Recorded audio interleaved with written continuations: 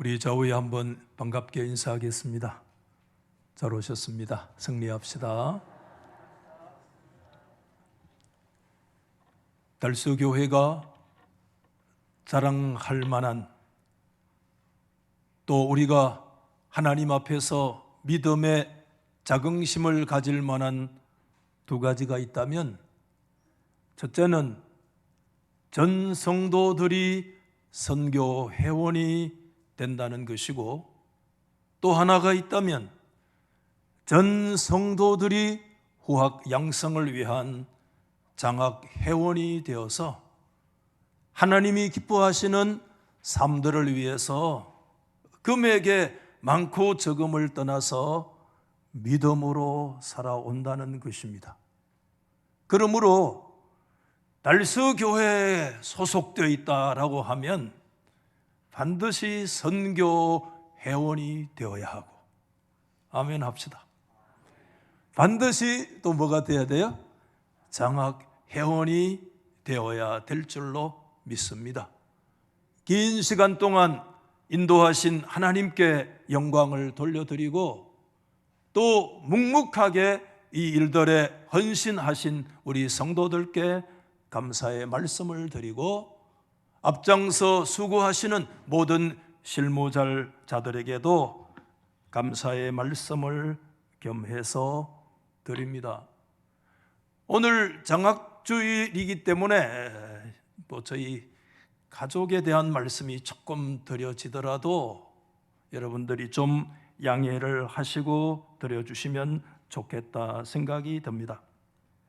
지난 한 주간 저희 집의 둘째인 박신현 군이 미국 캘리포니아 샌디에고에 있는 세계적인 찬양 사역자로 알려진 타미 워크라고 하는 사람의 초청을 받고 미국에 갔습니다.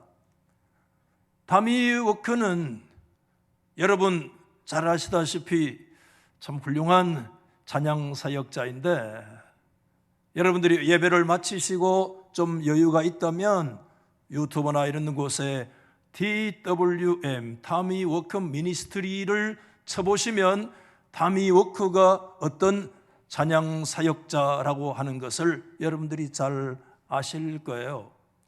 우리나라에서는 그저 몇몇 교회들이 찬양 전문 사역자들을 두고 있고, 대다수 부교역자들의 그냥 은사를 따라서 그렇게 합니다만은, 미국 같은 경우에는 거의 목사와 동등급으로 찬양 사역자들이 하나님의 교회를 믿음으로 섬겨나가는 그런 일들이 굉장히 잘 전통이 갖추어져 있는데, 그 일들에 앞장서서 사역하고 있는 분이 타미 워커예요. 여러분들이 아시는 노래 가운데 He knows my name 이라고 하는 내 이름 아시죠, 그런 노래 아시죠? 내 모든 생각도, 이 노래가 타미 워커의 작사 작곡이기도 한데, 한국도 몇 차례 나와서 또 찬양 집회도 하고 그렇게 했는데, 이번에 이 타미 워크 미니스트리에서 전 세계에 흩어져 있는 청년들 한 10명 정도, 아무 이름도 없는 무명의 사람들이죠. 그러면서도 하나님의 이 찬양 사역에 나름 관심을 가지고 있는 그런 젊은 사람들을 한 10명 초청을 해서 한 주간 동안 집중적으로 이렇게 가르치고 그렇게 했어요.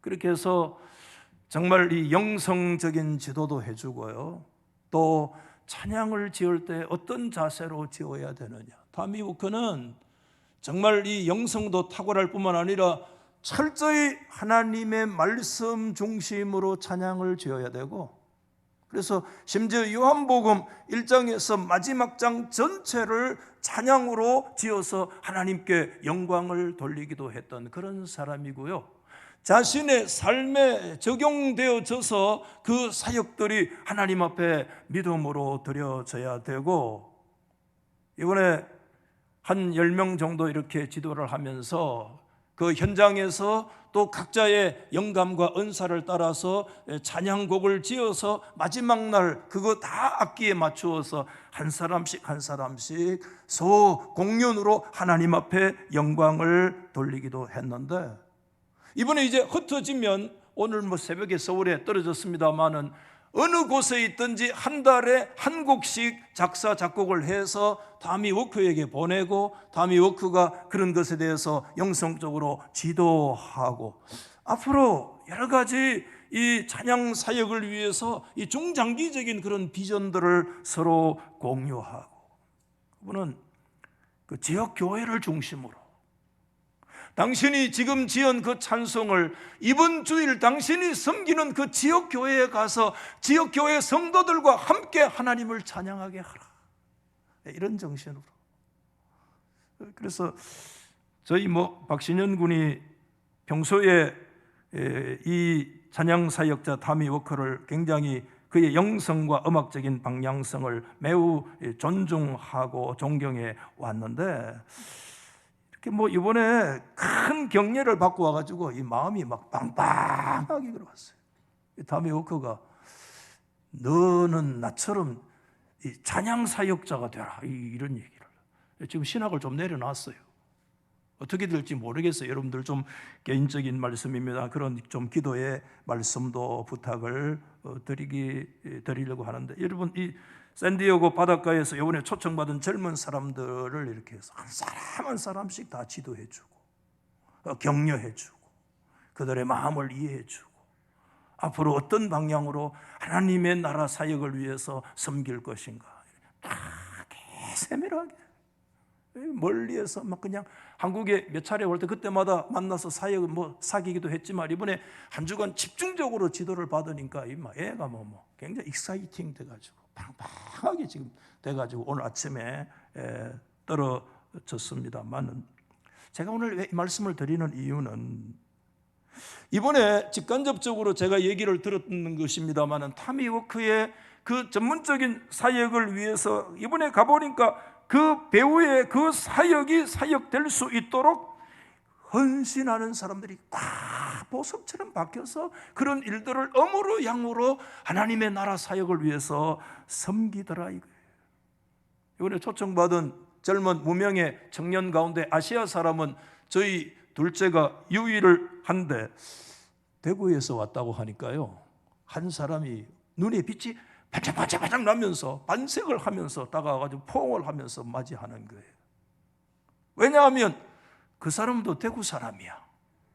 백인인데 고향 까마귀 만난 거예요. 그 사연을 얘기를 들어봤는데 그의 아버지가 1962년 3년 4년 동안 의사로서 그 미국 연합 장로교회에 파송을 받아서 대구 동산병원에 와서 의료 선교사로 3년 동안 사역을 했던 단기 선교지만 선교사의 아들이었다는 거예요. 그러니까 그런 믿음의 생각들을 가지고 대구에서 온 청년이, 또 우리 아버지가 대구에서 목사이기도 하지만 부족해도 그 지역의 교회 역사에 대해서 당신 아버지에 대해서도 아마 연구했을 거다, 그런 거에 대한 관심을 가지고 있는 분이 더 흥분해가지고 익사이팅을 해서. 근데 그분이 누구냐 하면 그 아버지가 윌리엄 맥콜이라는 사람이에요. 사진이 지금 뜨죠? 바바라 버디라고 하는 맥콜 그의 부인과 함께, 밑에 여러분 가운데 사진을 보면 가운데 앉아있는 분이 그 하워드 마펫 원장 아시죠? 40년 동안 여러분 이 대구의 이 동산의료원을 섬기면서 원장을 해서 동산의료원을 현대적인 병원으로 해왔던 가운데 마펫 부부가, 여러분 제일 오른쪽에 이 아주 덩치가 좋은 저분이 윌리엄 맥콜이고 그 뒤에 있는 부인인데, 여러분들 굉장히 이 체격이 좋잖아요. 왜냐하면 이 윌리엄 맥콜은 미국의 미식 축구의 미국 국가대표 출신이에요. 아무도 안 놀라시네. 잘 몰라서 그래요. 그만큼 이 신체 조건이 굉장히 탁월하고. 그런데 이분이 1930년 출생인데 지금 103세로 이 윌리엄 맥콜과 바바라 버디 부부가 지금도 생존해 있어요. 조금 놀라네. 이제 103세까지 살아 계신다니까.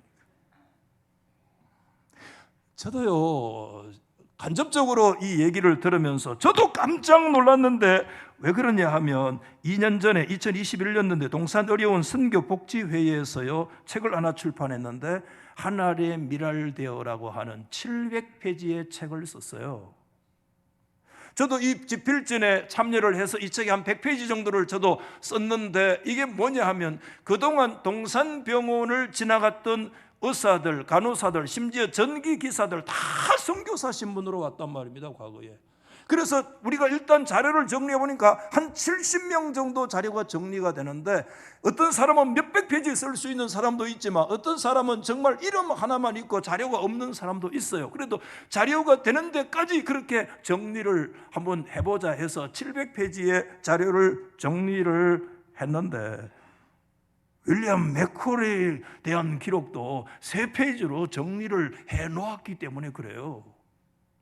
그래서 우리 아버지가 이 윌리엄 맥콜에 대한 이 자료가 정리된 책도 이 얘기를 하고 윌리엄 맥콜에 대한 기록을 제가 다시 살펴보니까 1930년 출생으로 미국 일리노이 의과대학을 졸업하고 피츠버그 수련회 과정을 거쳐서 인도 벨로우 대학에서 한센이 나병 환자들 수지 조건 이식술을 훈련하고 홍콩 대학에서 척추결핵 전망 도달법을 연수한 후에 미국 연합 장로교회 소속 선교사로 부인 바바라 버디 맥콜과 함께 내환해서 동산의료원 정형외과를 창출하고 이 미식축구 국가대표가 여기할 줄은 아주 좋은 그런 체격으로 그렇게 사역을 했는데 그분 아들이 그 타미 워커의 그 배우에서 섬겨주는 다 창장하겠습니다. 고향 사람을 만난 이모, 그분 집에 초청을 받아서 갔는데 저희 아들이 사진을 찍어 보냈더라고요. 사진이 집이 미국에 제가 사진 얘기하는데도 아직 나온다. 여러분 이런 집에 좀 살길 바랍니다. 초가쁘지만 초가쁘지만 집이 뭐 수백억 달러는 뭔지 어마어마한 갑부에 그런 집에서 사는 이런 일들을 한 주간 겪으면서 저희 둘째 놈이 저에게 편하게 2마디를 했어요. 2마디. 여러분 용서하시고 들으시고 첫 번째 이렇게 얘기했어요. 아버지, 할배들이 죽을 생각이 전혀 없더라 이거든. 뭘 알고 웃는겨? 무슨 뜻입니까? 할배들이 죽을 마음이 전혀 없더라. 이게 뭡니까? 할배들이 눈이 빛이 반짝반짝 나는 거예요. 하나님의 나라를 위해서 어떻게 살까 말이죠. 아니 내 나이가 얼만데 내가 앞으로 얼마 살면 얼마 살겠노? 이게 아니라 눈의 빛을 반짝반짝 내면서 오늘 나에게 주어진 이 거룩한 날들을 하나님의 나라를 위해서 내가 어떻게 섬길 것이며 내가 어떻게 주님의 나라를 위해서 내가 살아갈 것인가 깨달았다는 거예요. 뭘 깨달았나 이러니까 하나님이 요엘서의 말씀 그 사도행전 2장 17절 말씀이 그런 얘기가 있잖아요. 말세에 내가 모든 영에게 육체의 영을 부어주리니 너희 자녀들은 뭐 할 것이고 예언할 것이요 젊은이들은 뭐를 보고 환상을 보며 너희 늙은이들은 뭐를 꾸리라? 꿈을 꾸리라. 늙은이가 뭔 꿈을 꾸요? 뭔 꿈을 꾸요? 아니야. 이번에 가서 봤대요. 믿음으로 꿈을 꾸는 믿음의 노년들이 할배들이 죽을 마음이 전혀 없더라. 그런 은혜가 오늘 우리 교회 안에 임할 수 있기를 예수 이름으로 축복합니다. 아멘. 할렐루야.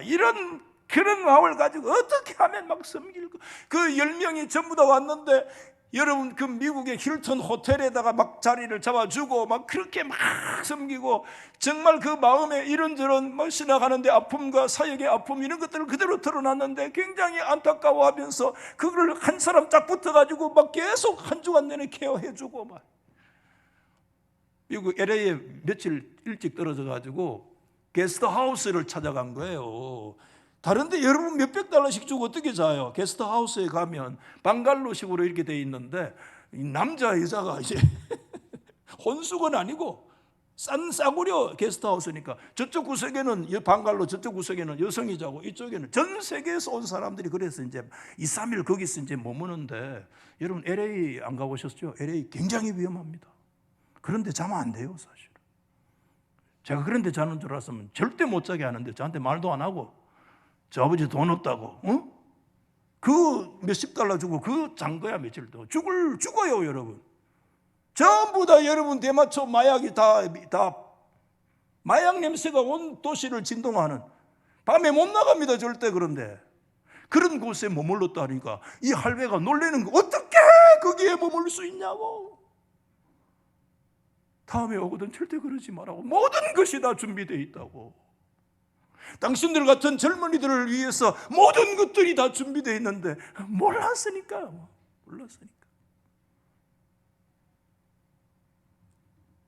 그러면서 우리 아가 이런 얘기했어요. 용서하고 들으십시오. 제가 이런 용어를 별로 안 좋아합니다. 그래서 강대상에서 그런 용어를 거의 쓴 적이 없어요. 오늘 한번 쓰겠습니다. 한번 받아봅시다. 아버지, 꼰대는 한 분도 없대요. 꼰대가 한 분도 없대요. 그러더라고요. 무슨 얘기고? 그 연세 들어서 꼰대는 한 분도 없더라. 이게 젊은 사람들의 편한 말이에요. 꼰대란 말 우리 아는데 제가 위키 백과에 한번 다시 정확하게 찾아봤어요. 꼰대의 뜻이 뭐냐? 자기의 구태의연한 사고방식을 타인에게 강요하는 이른바 꼰대질을 하는 직장 상사나 나이 많은 사람들을 가리키는 변형된 속어가 꼰대라는 단어라. 할배들이 죽을 마음은 전혀 없고 꼰대가 전혀 없는, 이거 뭘 얘기합니까? 나이가 중요한 게 아니라는 거예요. 꼰대가 문제지. 연세가 90세가 되고 100세가 돼도 나이가 문제가 아니라, 우리가 하나님 나라에서 꼰대가 되지 않는 방식을 제가 이번에 한 가지 깨달았어요. 받아십시다. 성령을 따라 믿음의 꿈을 꾸는 사람은 절대 100세가 돼도 꼰대가 될 수 없다. 아멘. 나이가 50, 60이라도 믿음의 꿈을 꾸지 않으면 꼰대가 돼. 라떼는 말이야. 라떼 is horse. 아세요? 이런 무슨 뜻인지? 라떼는 말이야. 오늘 우리 달서교회 어떤 분은 그러는데, 달서교회 막 노인들이 많아요. 걱정이에요. 좀 걱정스럽기도 하죠. 그러나 노인이 많아서 걱정이 아니라 믿음의 꿈을 꾸는 노인들이 많으면 많을수록 그 꿈을 통해서 하나님의 나라가 세워지고 믿음의 후배들이 그 나무 그늘 아래서 신앙으로 성장하는 그런 거룩한 역사가 일어나게 될 줄로 믿습니다. 문제는 나이가 많고 적음이 문제가 아니라 하나님 앞에 믿음의 꿈을 꾸지 않는 영적인 꼰대가 문제라는 거야. 그게 문제지.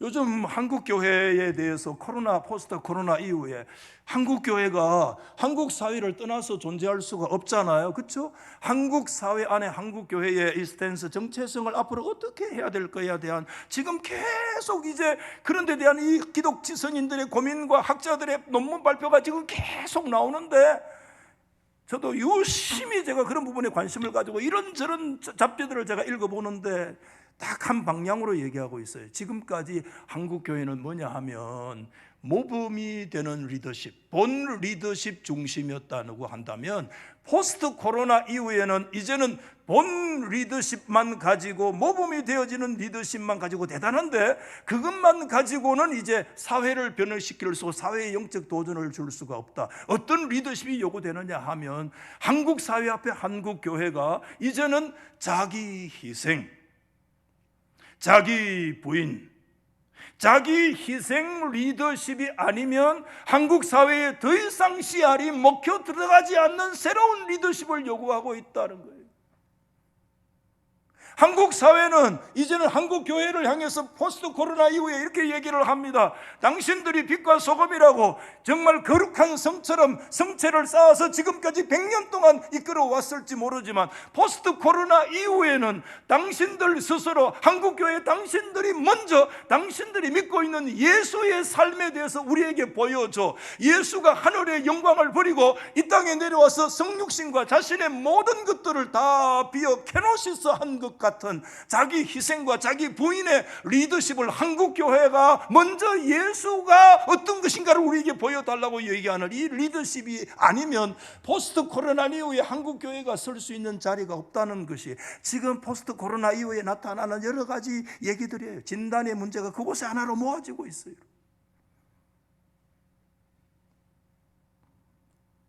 여러분, 오늘 고린도전서 9장의 말씀을 읽었는데 바울은 그 살던 그 로마 사회 시대는 매우 엄격한 신분제 사회였음을 우리가 알잖아요. 종도 그냥 종이 아니라 종 안에 들어가도 종의 계층이 굉장히 다양해요. 그 정도로 신분이 엄격한 사회였습니다. 그런 차원에서 바울은 여러분 그 유명한 로마 시민권을 가지고 있었습니다. 사도행전에 보면 바울이 로마 시민권 가지고 있다고 해서 잡아보니까 로마 시민권 가진 사람이야. 천부장이 깜짝 놀랐어. 너 언제부터 로마 시민권 가졌냐? 나는 출생 때부터 로마 시민권이다. 큰일 났다 이거. 사람 잘못 잡았다. 왜? 자기는 천부장인데 나중에 돈을 많이 주고 로마 시민권을 산 사람인데 이 사람은 어떤 신분인지 태어날 때부터 시민권자다. 이거 엄청난 권한을 갖고 있던 사람이에요. 어떤 바울 당시의 사회 기준으로 봐도 조금도 손색 없는 그런 정치적인 면에 사회적인 면에서 완전한 자유인이었습니다. 누가? 바울은 자유인이었습니다. 뿐만 아니라 그는 복음 안에서 참 자유이기도 했잖아요. 하나님의 은혜와 진리가 그에게 주는 믿음의 사람으로 어떤 사람들의 판단과 평가를 두려워하지 않고 사람들의 눈치를 보지 않는 복음 안에서 진정한 자유인이었습니다. 정치적, 사회적 신분으로 완전한 자유인이었을 뿐만 아니라 예수 그리스도 복음 안에서 그는 참 자유인이었습니다.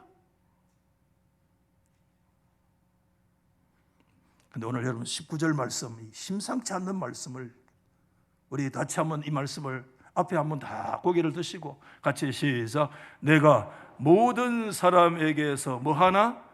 자유로우나 스스로 자발적으로 모든 사람에게 뭐가 되죠? 종이 된 것은 더 많은 사람을 얻고자 함이라. 여러분 저를 보십시오. 이거 너무 중요한 얘기입니다. 이 구절 다시 보세요. 여기에 세 가지 얘기하는데 첫 번째는 모든 면에서 나는 자유자다. 그런데 이 자유자인 내가 스스로 자발적으로 모든 사람을 위해서 내가 뭐가 된다? 종이 된다. 오늘 제목이 여기서 나왔습니다. 자유자인데 종이 된다. 자유자인데 종이 되는 그 구조 속에서만 뭐가 나올 수 있는가 하면 생명을 얻을 수 있다. 여러분 다시 말씀드릴게요. 생명이 양성되는 거, 우리 가정이든 교회든 사람을 얻을 수 있는 구조는 그냥 얻을 수 있는 것이 아니라 그냥 그 사람이 세워지는 것이 아니라 자유자가 스스로 자기 부인과 희생을 통해서 종의 자리에 설 때 그 결과가 뭐가 생기느냐? 생명을 얻는 사람이 세워지고 사람이 양육되고 인생이 세워지고 믿음의 일꾼과 신앙의 거목들이 그곳에서 세워지는 역사가 일어나더라. 자유자가 종된 자리에 있는 그 영토와 그 숲에서 그 밑에서 뭐가 일어나느냐? 다음 세대들이 이곳저곳에 비집고 일어날 수 있는 구조다 이거예요. 그래서 그 이후에 바울은 계속 반복해서 하는 단어가 뭐냐면 내가 얻고자 합니다. 4번에 걸쳐서 얻고자 합니다. 유대인을 내가 얻고자, 내가 할례 이방인들을 얻고자, 약한 자를 얻고자, 강한 자를 얻고자 하기 위해서 뭐 하느냐? 내가 자유했으나 그 자유의 모든 권한을 내려놓고 자발적인 종이 되어졌을 때 생명을 양육하고 생명들이 믿음으로 배출되는 역사가 일어나게 되더라. 아멘입니까? 여러분 사도 바울의 이와 같은 사상은 그의 서신서에 일관되게 드러나고 있습니다. 여러분 고린도후서 4장 5절 말씀에 우리는 우리를 전파하는 것이 아니라 오직 그리스도 예수님의 주님 되신 것과, 사도 바울이 이곳저곳에 다니면서 전파했던 게 뭐죠? 예수 그리스도가 우리의 주님 되신다는 사실을 전파한 거예요. 이게 선교의 핵심 내용이에요. 그런데 그냥 그것은 예수님이 우리의 주님이시다라고 얘기해서 되는 게 아니라는 거예요. 말로만 해서 되는 것이 아니라는 거예요. 예수 그리스도가 주님 되신다는 것이 전파되고 그게 새로운 사람들에게 먹혀 들어가기 위해서 반드시 따라와야 되는 게 그 다음인데, 그 예수를 위하여 우리가 너희의 뭐가 될 때? 종이 되는 이 사실을 알릴 때, 아니 저 사람들은 어떻게 자유자가 종된 삶으로 섬길까? 아니 도대체 저게 뭐가 있어? 아, 예수 때문에 그렇구나. 예수가 그런 삶을 살았구나. 그 예수가 누구냐? 예수가 우리 생명의 구원자야. 이 구조라는 거예요. 오늘 이 깨달음이 있기를 주의 이름으로 축복합니다. 여러분, 이것이 가장 분명하게 드러난 구절이 갈라디아서 성경 5장 13절 말씀인데 굉장히 소중한 얘기입니다. 같이 한번 시작. 형제들아, 너희가 자유를 위하여 부름을 입었으나 그러나 그 자유로 육체의 기회로만 삼지 말고, 뭐라고 그랬어요? 오직 사랑으로 서로 무슨 노릇하라? 종노릇하라고 말씀하신 거예요.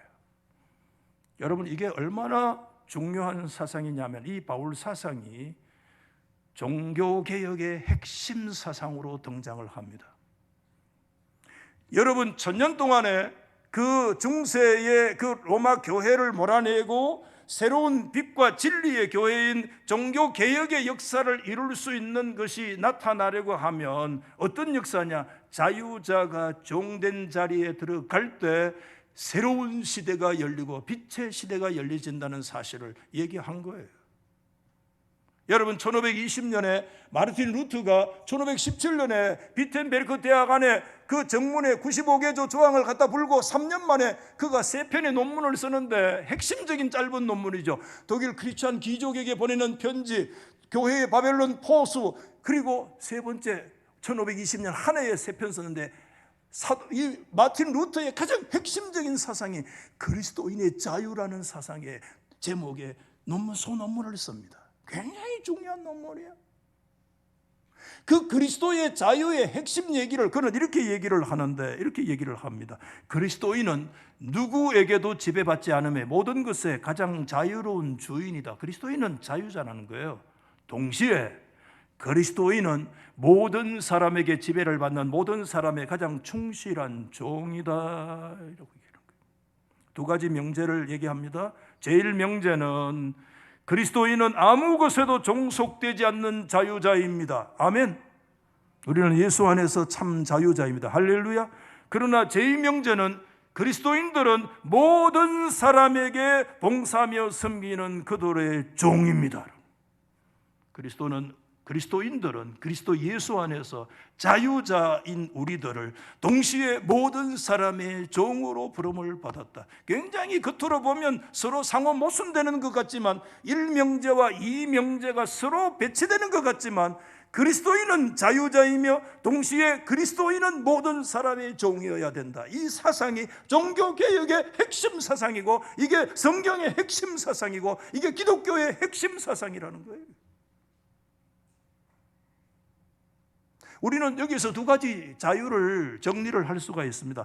첫 번째, 뭐가 자유가 있냐면 free from이라고 해서 무엇으로부터의 자유. 우리는 이런 자유를 그리스도 안에서 다 받아 누렸습니다.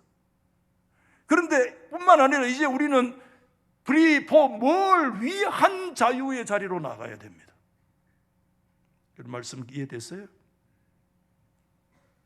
여러분, 바울은 갈라디아서 5장 1절 말씀에 그리스도께서 우리를 자유롭게 하려고 자유를 주셨으니 그러므로 굳건하게 서서 다시는 종의 멍에를 매지 말라.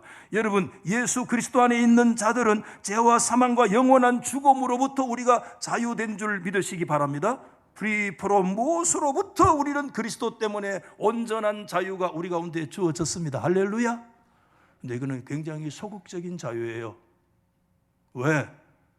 우리는 예수 때문에 free from 무엇으로부터? 죄와 사망과 영원한 지옥과 죽음으로부터 자유롭게 되었지만, 이제 우리에게는 이 소극적인 자유를 뛰어넘는 보다 더 적극적인 자유가 우리 가운데 요구되는데, 그는 free for 무엇을 위한 자유라는 거예요. 무엇을 위한 자유. 그것은 그 자유를 형제를 위해서, 그 모든 것들을 내려놓고 오히려 그의 종이 되어 그를 섬기는 그 자발적인 자유, 그 자유를 일컬어서 우리는 적극적 자유라 이렇게 말씀을 할 수가 있는 거예요. 사도 바울이 오늘 여러분 고린도전서 9장 19절 이하의 27절 말씀까지의 내용이 나는 예수 그리스도 안에서 자유가 되었습니다 라고 얘기했던 그 자유자가 이제는 내가 누구를 위해서 그 자유를 내려놓고 누구를 위하여 그 자유를 희생하고 자기 부인하는 얘기를 지금 쭉 말씀하고 있는 거예요. 적극적 자유에 대해서 얘기하죠. 그래서 그는 이렇게 얘기합니다. 복음을 위해서, 사람을 복음으로 초대하기 위해서 기꺼이 여러 사람에게 여러 가지 모양으로 자신을 바꾸어 대했으며 다른 사람들의 종이 되기를 그는 조금도 주저하지 않았다고 얘기합니다. 그는 첫 번째 이렇게 합니다. 나는 유대인에게는 유대인처럼 행했습니다. 유대인들은 할례를 중시 여겼잖아요. 사도 바울은 복음 안에서 할례 필요 없다는 거 알았어요. 그렇지만 여러분 사도행전 16장에 보면 믿음의 후계자인 디모데에게 할례 받으라고 권면한 적이 있습니다. 왜? 유대인들이 할례에 걸려서 그리스도의 복음을 배제할까 봐 할례 받으라고 그랬어요. 나중에 디도에게는 할례 받지 말라고 얘기했습니다. 심지어 사도행전 21장에 보면 그가 예루살렘에 올라갔을 때 그 스스로 자신을 정결케 하는 정결 예식에 참여하기도 했습니다. 그는 율법 아래 있는 자들에게는 율법 아래 있는 자들처럼 살았습니다. 동시에 율법이 없는 자들에게는 율법이 없는 이방인처럼 굳이 그들에게 율법을 강요하지 않고 복음이 주는 참된 자유 안에서 살도록 권면했습니다. 그래서 고기 먹는 문제 가지고 약해서 못 먹는 자들을 위해서 고기 먹지 않음으로써 그들의 양심을 자유롭게 하라고. 그래서 그는 강한 자에게는 강한 자처럼, 약한 자에게는 약한 자처럼, 율법 아래 있는 사람에게는 율법 아래, 율법 없는 자에게는 율법 없는 자처럼, 유대인에게는 유대인 것처럼. 그럼 목사님, 그런 사도 바울의 삶이라고 하는 것은 이리저리 사람들의 비위나 맞춰주고 말이죠, 외식하는 사람인처럼 적당히 그때그때마다 이 사람은 저 사람 저 사람에게 타협하도록 하는 삶의 자세 아닙니까? 아니에요. 그걸 말하는 게 아닙니다. 사도 바울은 복음과 진리를 아는 사람으로서 그 귀한 복음을 다른 사람들에게 참여해 누리게 하기 위해서 복음에 방해되는 그 모든 것들을 내려놓고 사람들이 오직 그리스도의 복음에만 바르게 집중하고 접근하도록 최선의 노력의 삶을 경주하고 그것을 위해서 자신에게 주어진 자유도 언제든지 포기하고 내려놓고 자신의 삶을 모두를 바꾸어서 바울은 한 사람이라도 한 생명이라도 그리스도 안에 심겨질 수 있다면, 한 생명이라도 더 얻을 수 있다면, 그리스도께로 그들을 인도할 수 있다면 당연하고도 정당한 자기에게 주어진 그 자유를 온전히 내려놓고 포기할 수 있었다. 프리프로만 아니라 프리포에 대한 문제, 소극적인 자유를 뛰어넘어 내가 그를 위해서 내 스스로 자발적으로 종되는 적극적인 자유의 삶을 실천할 때 그 실천의 삶 속에서 그 바닥에 그 영토에서 뭐가 생기느냐 하면 믿음의 후배들이 일어나고 고개를 들고 그 선배들 사이에서 삐집고 올라가서 자신의 의견을 얘기하고 믿음의 후계자들이 양성될 수 있다는 거예요.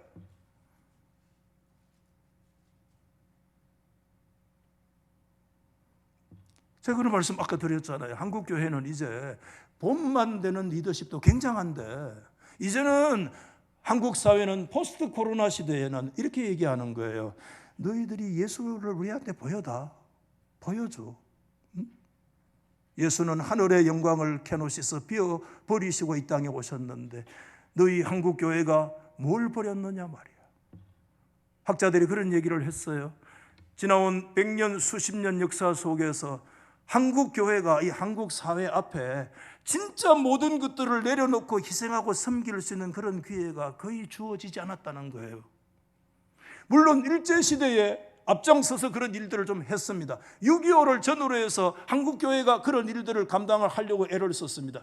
그러나 여러분 1970년도 이후에 한국교회가 양적으로 급성장하면서 이 사회에서는 여러분 대기업이 일어나고 한국교회 안에는 대교회가 성장되어지면서 이 대교회병과 대기업의 역사들이 막 한국교회에 기형적으로 막 일어나기 시작을 하면서 대형적인 그런 교회의 역사를 지금 수십 년 동안 열어왔는데 한국 교회가 이 한국 사회 앞에 정말 예수의 십자가의 정신과 자신의 그 부인과 자신을 희생하고 쳐서 복종하는 그런 삶을 지나온 역사 속에 한국 교회가 제대로 증명하고 보여준 적이 없었다는 거예요. 지금 이 학자들의 얘기예요. 지금 만약에 지난 3년 전에 이 코로나가 이와 같은 3년의 사태인 것을 우리가 누군가 만약에 알았다면 한국 교회가 과감하게 자기를 내려놓고 한국 사회를 위해서 진짜 앞장서서 이념 투쟁하는 그런 문제가 아니라 정말 모든 것들을 한국 사회를 위해서 한번 쏟아붓는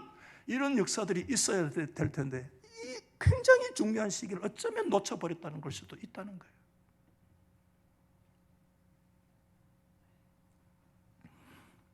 여러분, 사도 바울은 정직한 사람입니다. 그게 말처럼 쉽지 않다는 거예요. 자유자가 종이 되어진다는 거, 자신을 희생하고 자신을 내려놓는다는 거, 그거 말처럼 쉬운 게 아니라는 거 정확하게 잘 알고 있어요.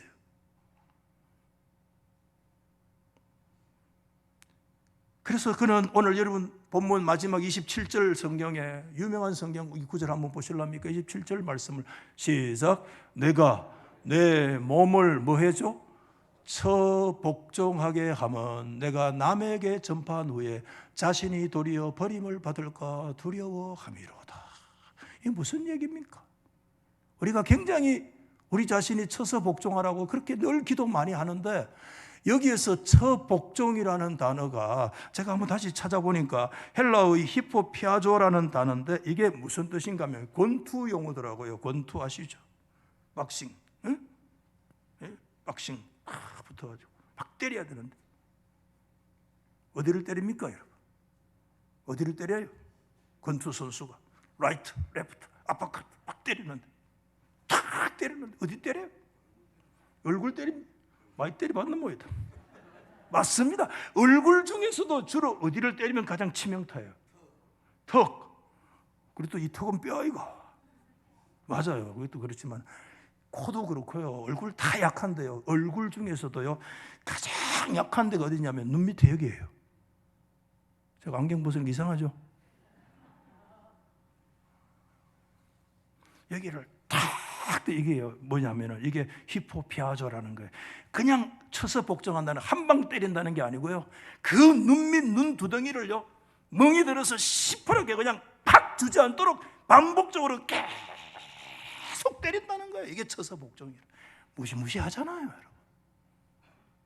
저 방위 받을 때 방위 소대장이 와가지고 저를 이렇게 훅구 알죠? 여기에 한 방 때려가지고 제가 완전히 꽉 처박혔잖아요.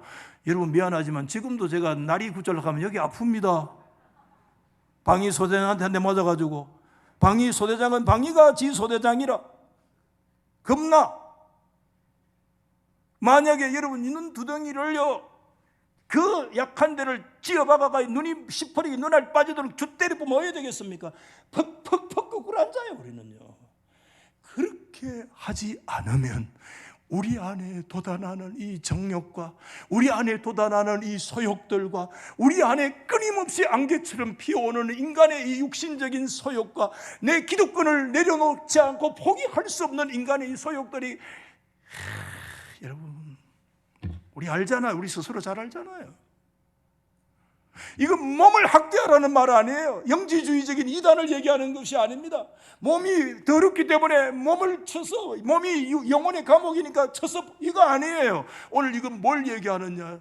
우리 자신의 그 죄의 근성과 우리 속에 있는 악한 속성들이 안 그래야지 하면서도 또 일어나고 일어나는 끊임없이 돋아오는 이거 어떻게 계속해서 히포피아조 완전히 눈두덩이를 때려가지고 완전히 거꾸로 때리지 않으면 하나님 앞에 이 자유자가 종되어서 믿음으로 생명을 얻는 이 구조의 역사가 우리나라에 일어날 수 없다는 거예요.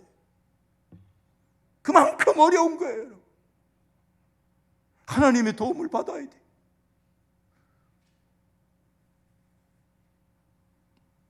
그래서 여러분 그 노력하는 것들을 바울은 뭐라고 얘기하느냐 하면 고린도에 2년 동안에 열리는 2년마다 열리는 이스무스라는 유명한 경기가 있어요.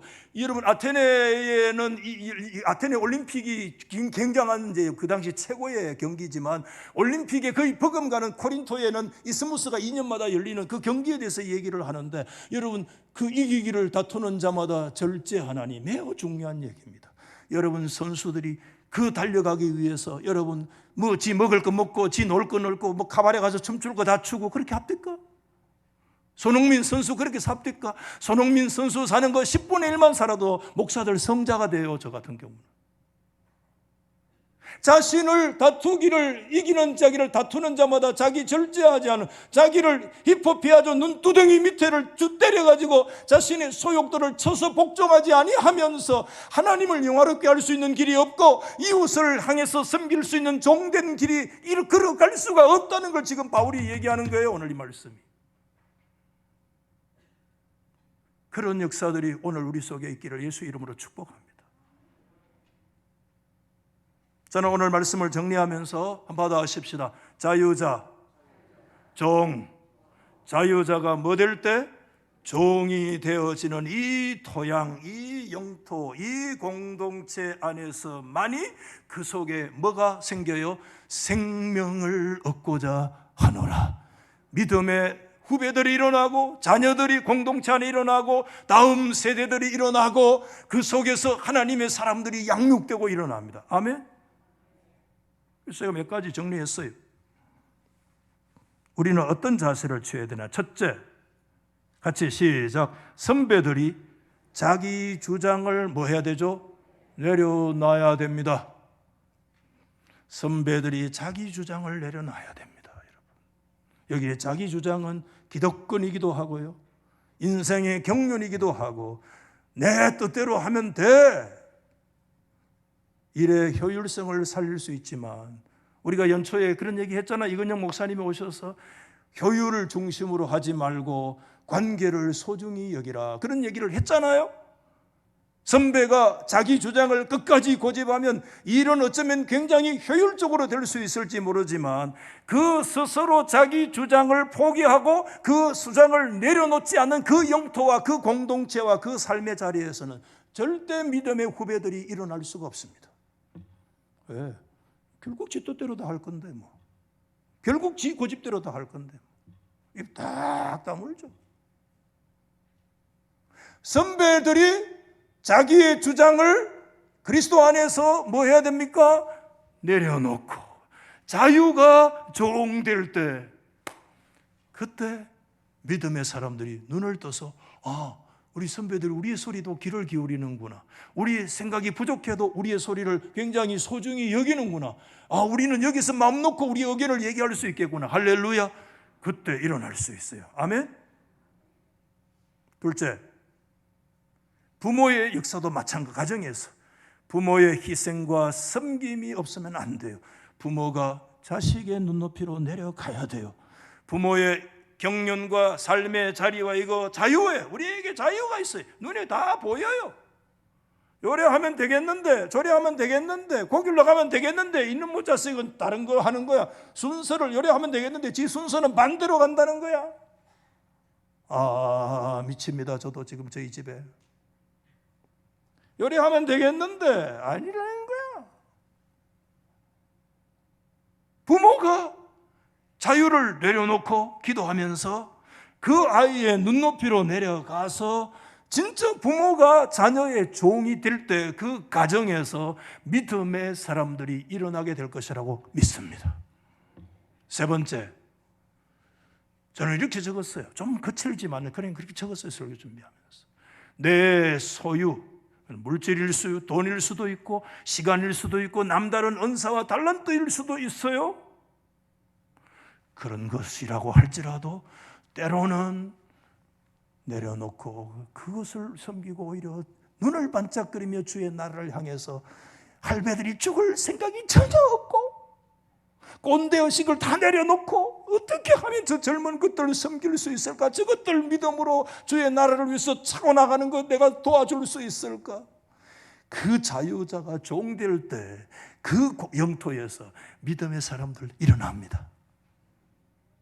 아멘 좀 하세요. 마지막 네 번째 이렇게 했어요. 하나님의 나라의 꿈꾸는 뭐가요? 노년들이 될 수 있기를 예수 이름으로 축복합니다. 이래저래 가지고 잔소리만 하려고 하지 말고, 잔소리 하는 게 꼰대라. 미안하지만 잘한다고 격려해주고, 내 눈에 다 보여도, 저거 어설퍼 보여도 내 자유를 내려놓고 종으로 그들을 섬기고, 어차피 그들의 시대니까, 어차피 교회를 그들이 어깨에 메고 나가야 되니까, 어차피 나는 이 세상 떠나가잖아요. 어차피 그들이 주의 나라를 이끌어 가야 될 주역이 그들이잖아요. 그들이 부족해도 이 덩신 같은 것들이라고 얘기하지 말고, 함부로 평가하거나 함부로 독설로 그들을 평가하지 말고, 어떻게? 기도해주고, 그래 그렇구나 이렇게 해보면 혹시 어떻겠네, 그렇게 제시하기 전에 그들을 인정해주고, 오히려 그들의 종된 자리에서 그들을 섬길 때, 그때 믿음의 사람들이 그때 용기 가지고 일어나 하나님이 그에게 주신 고유의 이 달란트가 발휘되고 발현되고 펼쳐져서 주의 나라가 우리의 시대보다 더 놀라운 하나님의 나라 시대를 열어가게 될 것이라고 확신합니다. 그런 역사 우리 교회에 일어나기를 여러분 진실로 원하십니까? 오늘 제 설교는 한 문장입니다. 자유자가 뭐 될 때? 자발적인 종이 될 때, 거기에 뭐를 얻어요? 사람을 얻어요. 생명을 얻어요. 믿음의 인재를 얻어요. 신앙의 사람들을 양육하고 배출하고 내보낼 수가 있다. 아멘. 물질도 내 육체를 위해서 다 쓰면 안 됩니다. 여러분 미안하지만 하나님께서 나에게 청지기로 물질을 맡겨주실 때, 그 물질에 대해서도 때로는 조금 내려놓고 다음 세대를 향하여 섬길 수 있는 내가 종된 자리에 서야지. 그때 그 섬김을 통해서 믿음의 사람들이 일어나요. 이번에 우리 장학헌금에서도 그 자유자와 종과 생명 얻는 이 믿음의 원리가 오늘 이 시간에도 우리 가운데 적용될 수 있기를 예수 이름으로 축복합니다. 그런 하나님의 은총이 우리 모두에게 임할 수 있기를 주 이름으로 소망합니다.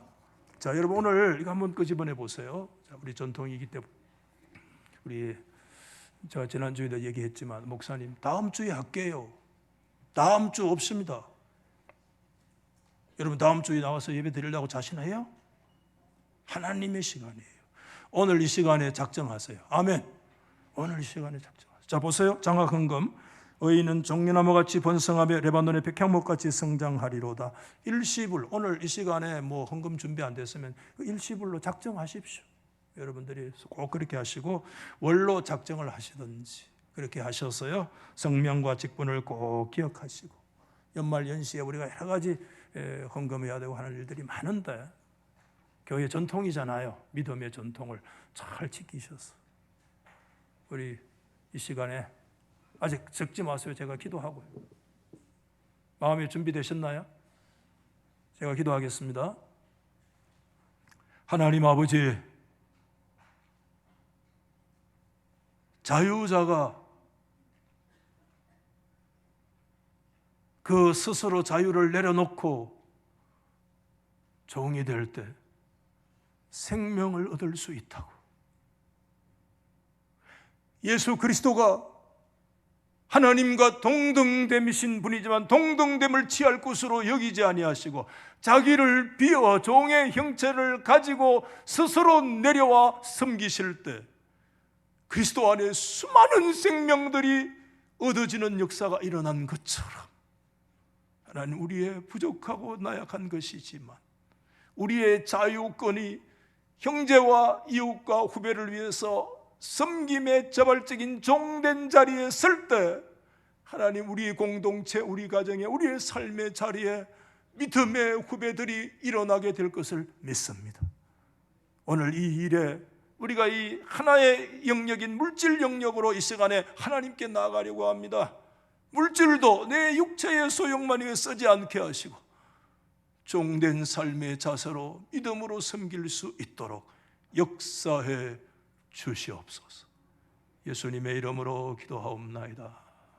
아멘. 이 시간에 이름 작정하시고 타미워크의 노래 나를 지으신 주님, 이 찬양 우리 하나님 앞에 믿음으로 드리시면 좋겠습니다.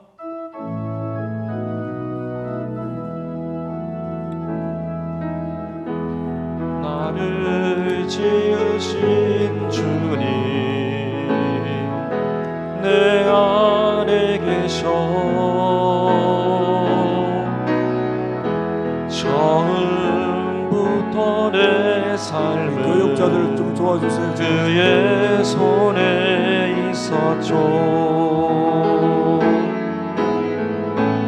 내 이름 아시죠. 내 모든 생각도 내 흐르는 눈물 그가 닦아주셨죠.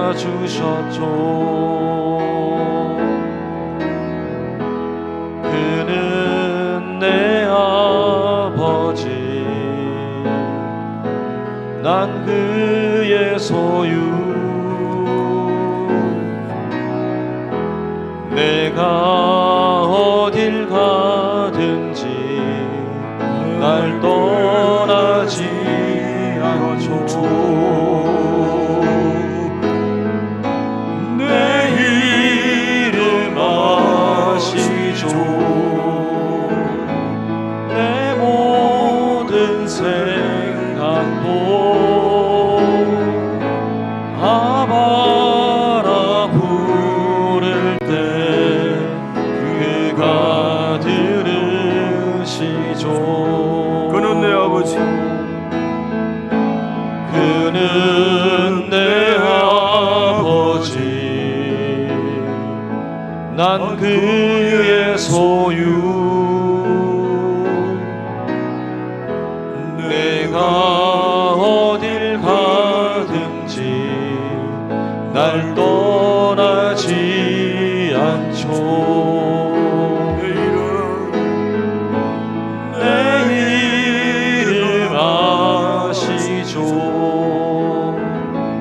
내 모든 생각도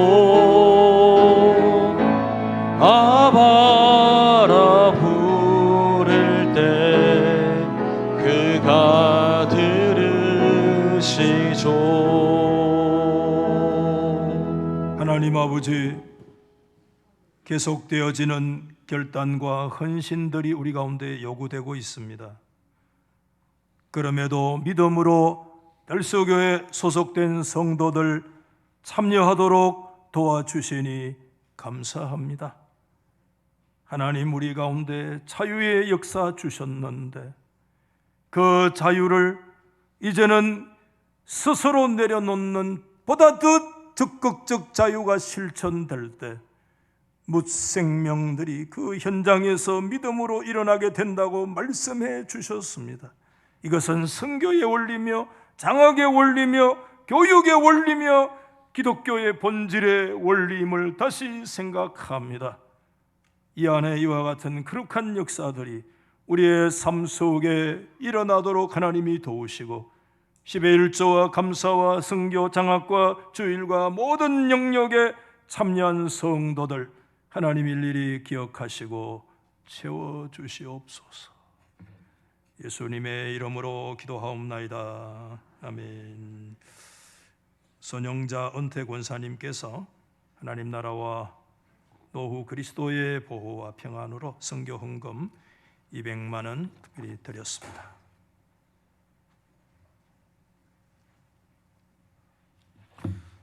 주보를 참조해서 교회 소식을 알려드립니다. 오늘은 목사님 말씀하신 것처럼 장학헌금 작정 주일로 지킵니다. 믿음으로 동참해 주신 성도님들 감사하고 한 해 동안 또 후학들을 위해서 기도를 부탁드리겠습니다. 정교인 성경 쓰기 발대식이 오늘 오후 예배 가운데 있습니다. 올 한 해 목표가 모든 성도 100페이지 정도의 성경 본문을 정해서 함께 쓰는 것입니다. 오후 예배에 꼭 참석하여 주셔서 또 믿음으로 결단하고 말씀 가운데 은혜 받기를 소망합니다. 군성교연합회가 대경지의 정기총회가 17일 화요일 오후 1시에 대구 칠곡 중앙교회에서 있습니다. 교회 출발은 11시 30분입니다. 신년 감사와 또 성교헌금 작정 1월 중에 꼭 참여를 부탁드립니다.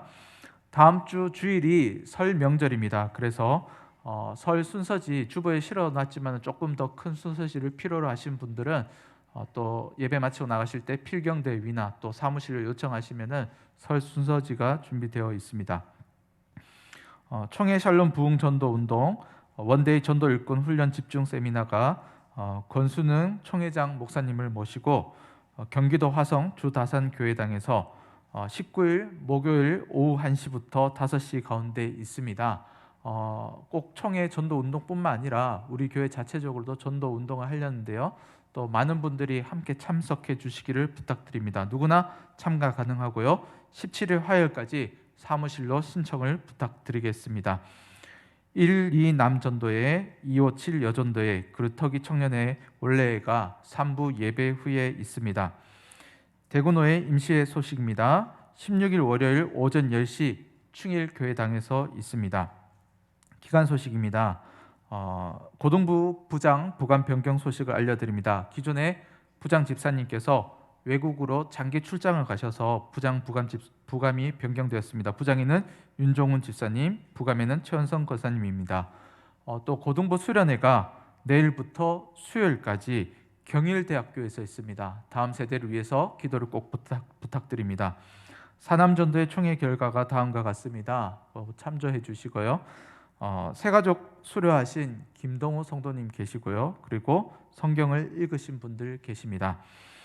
지난주 주보의 안내와 같이 1, 2월은 비전의 달입니다. 주제 성구는 이사야 60장 1절입니다. 우리 같이 한번 읽어보도록 하겠습니다. 시작. 일어나라 빛을 발하라 이는 내 빛이 이르렀고 여호와의 영광이 내 위에 임하였음이니라. 아멘. 꼭 묵상하고 암송함으로 영적 유익을 누리시는 성도님들 되기를 소망합니다. 모두 다 자리에 일어나셔서 다 함께 찬양하도록 하겠습니다. 주가 세상을 다스리니.